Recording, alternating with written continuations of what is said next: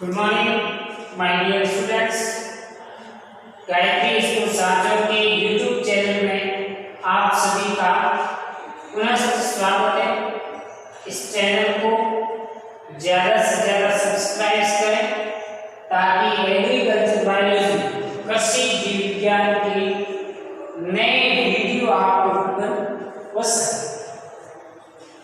Last lecture में हमने discussion किया था प्लांट पैथोलॉजी में रोग जीवों की अपन बात कर रहे हैं, जिसमें पहला रोग जीव अपन पढ़ रहे थे फंजाई कवक, और पादपों में अधिकांश जो रोग उत्पन्न होते हैं वो कवक के कारण, और ऐसे कारक जो रोग उत्पन्न करते हैं या रोग फैलाने का कार्य संपादित करते हैं उसे रोग कारक है। तो लास्ट वीडियो में हमने कवक की परिभाषा और कवकों के सामान्य लक्षणों के बारे में अध्ययन किया है। उससे आगे आज का टॉपिक हमने कवकों में पोषण, कवक भोजन कैसे ग्रहण करते हैं, इसमें उनकी अलग अलग विधियां पोषण करते हैं कि ये भोजन कैसे ग्रहण करते हैं और किस प्रकार से अपना जीवन चक्र पूरा संपादित करते हैं।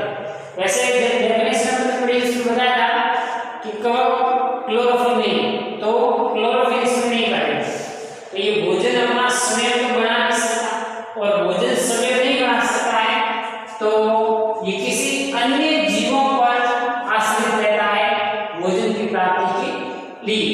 तो इस पोषण की तीन विधियां हैं: परजीवी, पैरासाइट, मर्दजीवी, सेप्रोफाइट, और सहजीवी या सिम्बायोटिक मेथड। तो इन तीन विधियों के माध्यम से कवक पोषण प्राप्त करता है।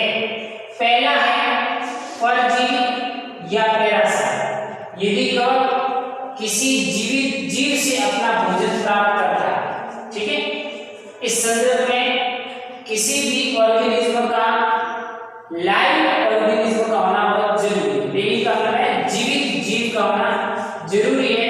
तो इस प्रकार के पोषण की विधि होती है, उसे कहते हैं परजीवी पोषण। परजीवी पोषण है तीन प्रकार का है: अविक्लपी परजीवी, विक्लपी परजीवी और विक्लपी मर्दजीवी। इन तीनों के बारे में वन बाय वन डिस्कशन करेंगे। अब कवक में पोषण की अलग अलग विधियां हैं, तो पहले आपको बता देते हैं कि कवकों में क्लोरोफिल नहीं पाया जाता, जिसके कारण ये अपना भोजन स्वयं संश्लेषित नहीं कर सकता है, और दूसरे किसी स्रोत पर ये परजीवी के रूप में, मर्दजीवी के रूप में या फिर सहजीवी के रूप में दूसरों के ऊपर निर्भर रहता है। इसलिए इसे हेटेरोट्रोपिक या परपोषित भी कहते हैं। ये कवक घुलनशील पदार्थों का एब्जॉर्प्शन करता है, अवशोषण करता है। कवक जाल की भित्ति, झिल्ली अथवा इसके लिए यहाँ पर पाए जाते हैं चुस्कान, ऑस्टेरियम पाए जाते हैं, ठीक है। उस ऑस्टेरियम या चुस्कान की सहायता से कवक किसी भी घुलनशील पदार्थ को वहाँ से अवशोषित कर लेता है और अपना जीवन चक्र या अपने भोजन की क्रिया को संपादित कर लेता है। पोषण प्राप्ति के आधार पर कवक तीन वर्गों में बांटे जाते हैं: परजीवी, मर्दजीवी और सहजीवी। सबसे पहला डिस्कशन अपन करेंगे पैरासाइट या परजीवी का। बोर्ड के ऊपर फ्लो चार्ट बना हुआ है, आप इसे स्क्रीनशॉट लेकर के अपनी नोटबुक में उतार लें और वीडियो सुन करके इसकी डेफिनेशन कॉपी के अंदर नोट कर लें। परजीवी प्रकार के कवक जो अपना भोजन जीवित जीव से प्राप्त करता है, तो उसे पैरासाइट या परजीवी कवक कहते हैं। आगे इसे तीन भागों में विभाजित किया गया है। पहला है ऑब्लिगेट पैरासाइट, अविकल्पी परजीवी, बोर्ड के ऊपर लिखा हुआ है। ऐसे परजीवी जो अपना संपूर्ण जीवन काल दूसरे जीवित जीवों पर व्यतीत करते हैं। अविकल्पी परजीवी नाम से स्पष्ट है, इनके पास लिविंग ऑर्गेनिज्म या जीवित जीव के अलावा कोई किसी प्रकार का विकल्प नहीं है, यानी कि अपना पूरा जीवन चक्र इनको संपादित करना है तो जीवित जीव का होना, लिविंग ऑर्गेनिज्म का होना बहुत जरूरी है। और दूसरी बात कि इस प्रकार के अविकल्पी परजीवी प्रकार के कवकों को अपन इनसाइड द लेबोरेटरी कंडीशन या प्रयोगशाला में कृत्रिम माध्यम पर संवर्धित भी नहीं कर सकते हैं। तो एक एग्जाम्पल के माध्यम से मैं आपको बताना चाहूँगा कि एक एल्बुको प्लांट है, सॉरी कवक है, ये एल्बुको प्लांट है, वो सरसों की पत्ती, और सरसों एक लिविंग प्लांट है बारे में, इस सरसों की पत्ती के ऊपर ये इन्फेक्शन करता है, ठीक है, जिसे कहते हैं सरसों का सफेद कीट, जो एल्बुको कैंडिडा जाति के कारण होता है। तो जब तक सरसों का प्लांट रहेगा तब तक यदि एल्बुको अपना जीवन चक्र पूरा कर लेता है तो कर लेगा, अन्यथा फिर जब नेक्स्ट सीजन में सरसों की सीजन आएगी उस संदर्भ में वापस बीजाणु है वो रिक्रूट होकर के अपना जीवन चक्र पूरा कर सकता है। इसके अलावा इनके पास दूसरे कोई जीव का विकल्प नहीं। तो इस प्रकार से जीव पर निर्भर रहते हुए अपना जीवन चक्र है वो पूरा करता है। तो एल्बुको कैंडिडा सरसों की पत्ती को संक्रमित करके जिसके कारण उसमें अपना जीवन चक्र जनन की प्रक्रिया को पूरा करता है, जिसके बाद सरसों की पत्ती के ऊपर सफेद रंग के धब्बे पड़ जाते हैं। इसको कहते हैं सरसों का सफेद रोली रोग या सरसों का सफेद कीट, वो इनके कारण अविकल्पी परजीवी एल्बुको के कारण होता है। ऐसे बहुत सारे एग्जाम्पल हैं, एरिसाइड, स्क्लेरोस्पोरा और पॉक्सीनिया जैसे कवक अविकल्पी परजीवी की कैटेगरी के अंतर्गत आते हैं। दूसरा विकल्पी परजीवी, इसको कहते हैं फैकल्टेटिव पैरासाइट। विकल्पी परजीवी का मतलब, विकल्पी परजीवी का मतलब क्या हुआ कि इसके पास विकल्प हैं। यदि कोई एक लिविंग ऑर्गेनिज्म नहीं मिला तो दूसरे लिविंग ऑर्गेनिज्म पर अपना जीवन चक्र पूरा कर लेगा। तो इस प्रकार के कवक मुख्य रूप से मर्तजीवी होते हैं। जो विकल्पी परजीवी है वो मर्तजीवी होते हैं, परंतु ऐसी कुछ परिस्थितियों में ये परजीवी के रूप में भी रह सकते हैं। तो इस प्रकार के कवक होते हैं, इसे विकल्पी परजीवी या फैकल्टेटिव पैरासाइट कहते हैं। एग्जाम्पल फ्यूजेरियम, फाइथियम, एल्ड्रनेरिया, सर्कोस्पोरा जैसे कवक विकल्पी परजीवी की श्रेणी के अंतर्गत आते हैं। थर्ड विकल्पी मर्तजीवी, विकल्पी मर्तजीवी या इसको कहते हैं फैकल्टेटिव पैरासाइट। इसका मतलब क्या हुआ, एबिलिटी और पावर, यानी कि वास्तव में ये कवक परजीवी है। कौन से, विकल्पी मर्तजीवी, परंतु ये आवश्यकता पड़ने पर कुछ समय के लिए मर्तजीवी की बातें या मर्तजीवी के रूप में भी अपना भोजन प्राप्त कर सकते हैं। और ये जीवित परपोषी के अलावा जीवित परपोषी के ऊपर तो अपना जीवन सर्वाइव कर ही रहा है, इसी के साथ साथ मर्त कार्बनिक पदार्थों से भी अपना भोजन ग्रहण कर लेता है। जब इनको आवश्यकता पड़ती है तब, यदि जरूरत नहीं पड़ी तो वही लिविंग ऑर्गेनिज्म से अपना भोजन ग्रहण करेगा। यदि रिक्वायरमेंट हुई, जरूरत पड़ी, तो ये कवक है मर्त कार्बनिक पदार्थों से अपना भोजन ले लेता है और अपना जीवन चक्र पूरा कर लेता है।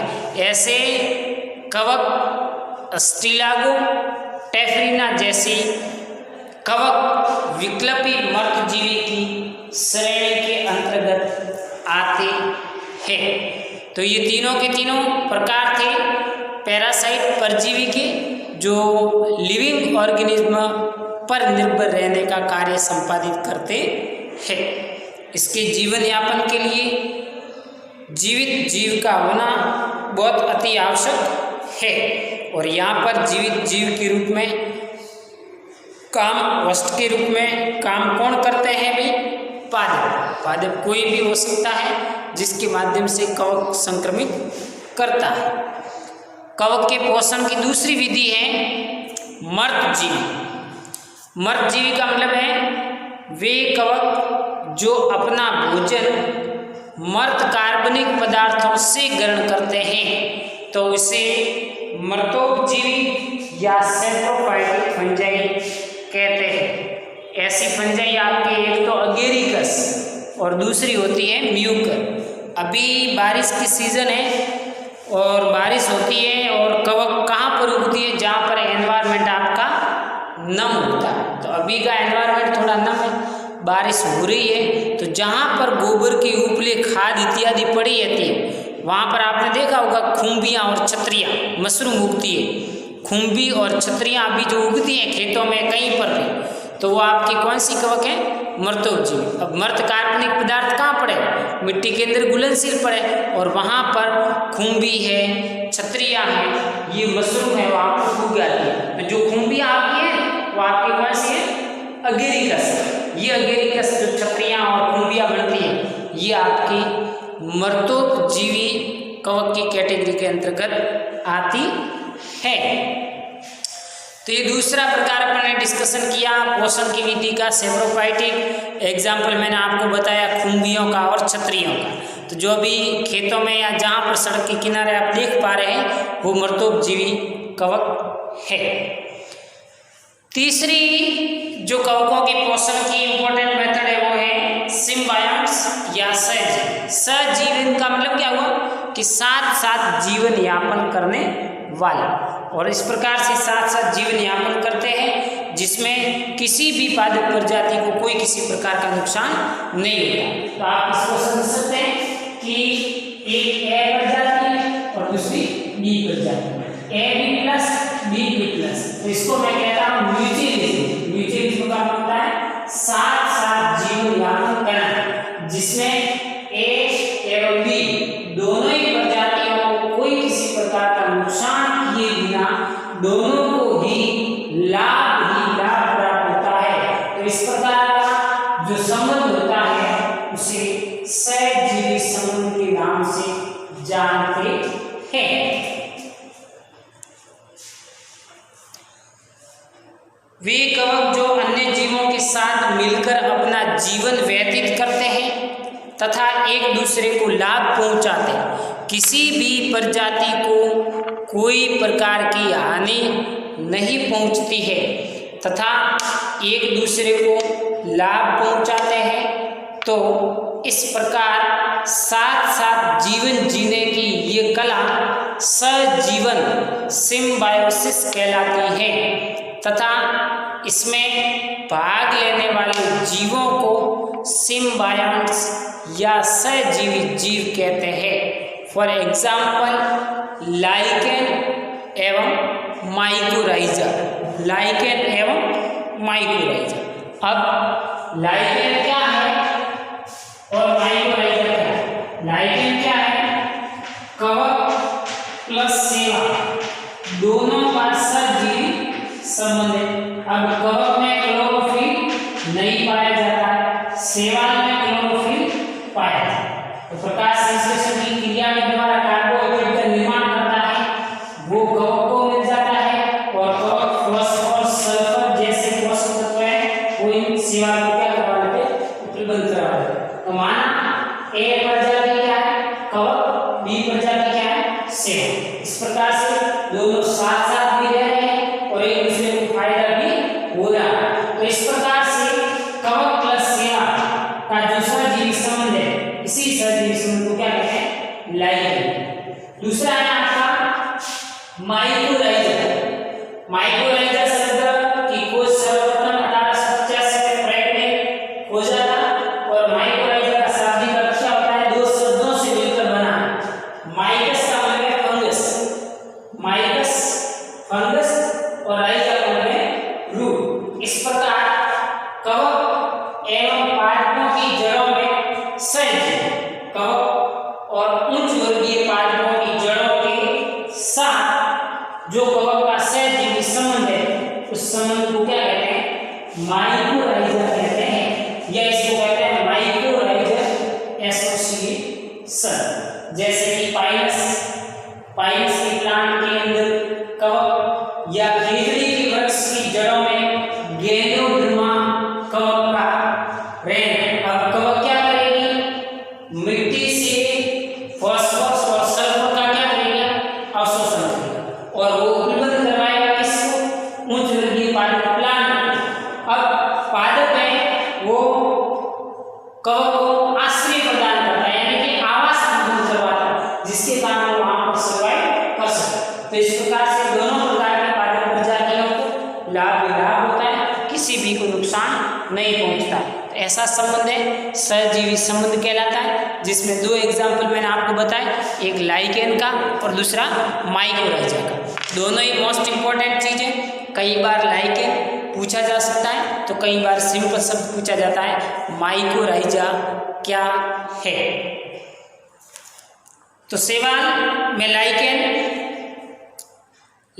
कवक प्लस साइनोबैक्टीरिया, कवक प्लस साइनोबैक्टीरिया के सहजीवन को लाइकेन कहते हैं, यानी कि कवक और साइनोबैक्टीरिया एक प्रकार की क्या है? सेवा है। दोनों आपस में मिलकर के लाइकेन बनाते हैं। सहजीवन की इस जीवन लीला में एक कवक तथा दूसरा प्रकाश जीवी साइनोबैक्टीरिया, जिसमें क्लोरोफिल पाया जाता है, जो प्रकाश संश्लेषण की क्रिया करता है, साथ मिलकर जीवन व्यतीत करते हैं, जिसमें सेवालांश के नाम से जानते हैं। प्रकाश जीवी जो है क्लोरोफिल जिसमें पाया जाता है उसको सेवालांश कहते हैं और कवक को कवकांश कहते हैं। इस प्रकार साइनोबैक्टीरिया को कवक से क्या फायदा है, ये सुने ध्यान से। अब इसके लाभ की अपन बात कर रहे हैं कि साइनोबैक्टीरियम को कवक से खनिज तत्व, जल एवं कार्बनिक पदार्थ प्राप्त होते हैं। किसको? साइनोबैक्टीरिया को। किससे? कवक से। तथा कवक को पोषक देकर बदले में शैवाल से कार्बोहाइड्रेट प्राप्त होता है। अब साइनोबैक्टीरिया से कवक को क्या फायदा है कि कवक को कार्बोहाइड्रेट उपलब्ध हो रहा है। इस प्रकार लाइकेन प्रदूषित क्षेत्रों में नहीं उगते, इसलिए ये प्रदूषण के बहुत अच्छे सूचक हैं। यानी कि आपको पता लगाना है कि ये एरिया प्रदूषित है या नहीं। तो जहाँ पर प्रदूषण होगा वहाँ लाइकेन आपको देखने को नहीं मिलेगा, और जहाँ पर लाइकेन आप देख पा रहे हैं मतलब वो एरिया पॉल्यूटेड एरिया, प्रदूषित क्षेत्र नहीं। तो इस प्रकार से कवक साइनोबैक्टीरिया को उपलब्ध करवा लेता है कार्बोहाइड्रेट, और साइनोबैक्टीरिया को कवक से फायदा है कि जल, खनिज, लवण और इसके अलावा कार्बनिक पदार्थ उपलब्ध हो जाते हैं। तो ये हो गया आपका लाइकेन। दूसरा है माइकोराइजा। माइकोराइजा की खोज में आपको बता दी कि 1850 में फ्रैंक ने इसे खोजा, और ये दो शब्दों से मिलकर बना है, MYKES। माइकस का मतलब है फंगस और RHIZA राइजा का मतलब है रूट। इस प्रकार इसका शाब्दिक अर्थ में कहना चाहूँ तो कवक एवं पादपों की जड़ों में जो सहजीवन का संबंध है, इस सहजीवन को ही माइकोराइजा कहते हैं। अब माइकोराइजा में भी वही सेम कंडीशन है। कौन सी? A+B+, जिसमें किसी भी पादप प्रजाति किसी भी जीव को, कवक का हो चाहे उच्चवर्गीय पादप हो, दोनों में से किसी को कोई किसी प्रकार का नुकसान तो नहीं होता है, लेकिन फायदा ही फायदा होता है। तो सुने, अब इस सहजीवन से कवक को कार्बोहाइड्रेट मिलती है। माइकोराइजा में कवक को भोजन के रूप में क्या मिल रहा है? कार्बोहाइड्रेट, जबकि कवक से पादप को क्या मिल रहा है? फॉस्फोरस, सल्फर एवं नाइट्रोजन उपलब्ध करवाता है। कौन? कवक है, ये जड़ों के, पादप के आसपास जहाँ नम भूमि है वहाँ पर मिट्टी के अंदर इसके कवक तंतु फैल जाते हैं, और मिट्टी के अंदर जितनी भी फॉस्फोरस है, सल्फर है, नाइट्रोजन है, उसको अवशोषित कर करके पादप की जड़ों को क्या करवा देता है? उपलब्ध करवा लेता है। वहाँ से पादप की जड़ों के द्वारा इन खनिज लवणों को, कार्बनिक पदार्थों को और पोषक तत्वों का अवशोषण कर लिया जाता है, और कवक पादप से कार्बोहाइड्रेट प्राप्त कर लेता है। इस प्रकार ये इसी के साथ साथ सूखा एवं रोगों के प्रति लड़ने की क्षमता भी प्रदान करता। कौन?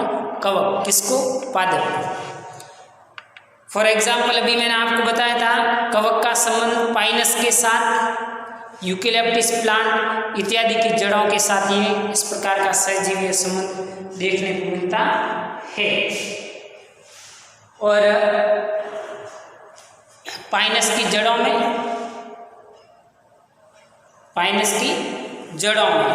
और खेजड़ी की जड़ों में गैनोड्रमा जैसे कवक का विकसित होना। तो वही सेम प्रोसेस आपके ये माइकोराइजा दो प्रकार के होते हैं, एक एक्टोमाइकोराइजा और दूसरा होता है एंडोमाइकोराइजा। एक्टो का मतलब है बाहर, एक्टो का मतलब होता है एक्टो का मतलब होता है बाहरी माइकोराइजल एसोसिएशन। तो एक तो होता है एक्टोमाइकोराइजा। तो ये एक्टोमाइकोराइजा का उदाहरण है खेजड़ी की जड़ों के साथ गैनोड्रमा का सजीवी संबंध। और दूसरा होता है एंडोमाइकोराइजा, और एंडोमाइकोराइजा में आप उच्च वर्गीय पादप पाइनस का एग्जाम्पल ले सकते हैं कि पाइनस की जड़ों के कॉर्टेक्स वाले भाग में कवक का सहजीवी संबंध, तो वो हो जाएगा आपका एंडोमाइकोराइजियल एसोसिएशन। ठीक, तो ये आपको डिटेल से मैंने बता दिया। इस प्रकार से माइकोराइजा का उपयोग चावल की खेती में जैविक खाद को तैयार करने में भी इसका प्रयोग लिया जाता है। तो एक प्रकार के कार्बनिक खादों को तैयार करने के लिए माइकोराइजा का प्रयोग लिया जाता है। और लाइकेन से हमें पता चलता है कि जहाँ पर भी लाइकेन उगी या इसका संवर्धन हुआ, मतलब वह क्षेत्र अनपॉलिनेटेड की कैटेगरी के अंतर्गत आता है। ठीक बात है। अगले लेक्चर में अपन कवकों के जनन के बारे में अध्ययन करेंगे कि कवक जनन कौन कौन सी विधियों के माध्यम से करता है और कैसे करता है। ठीक है, आज अपन ने कवकों में पोषण की विधियों को आपको डिटेल से मैंने बताया। आज यहीं तक। बोर्ड की स्क्रीनशॉट लेकर के नोटबुक में इसके नोट्स बना लें और वीडियो को सुन करके इनकी डेफिनेशन और विथ एग्जाम्पल के साथ इसका अध्ययन आप कर लें। Okay, thank you.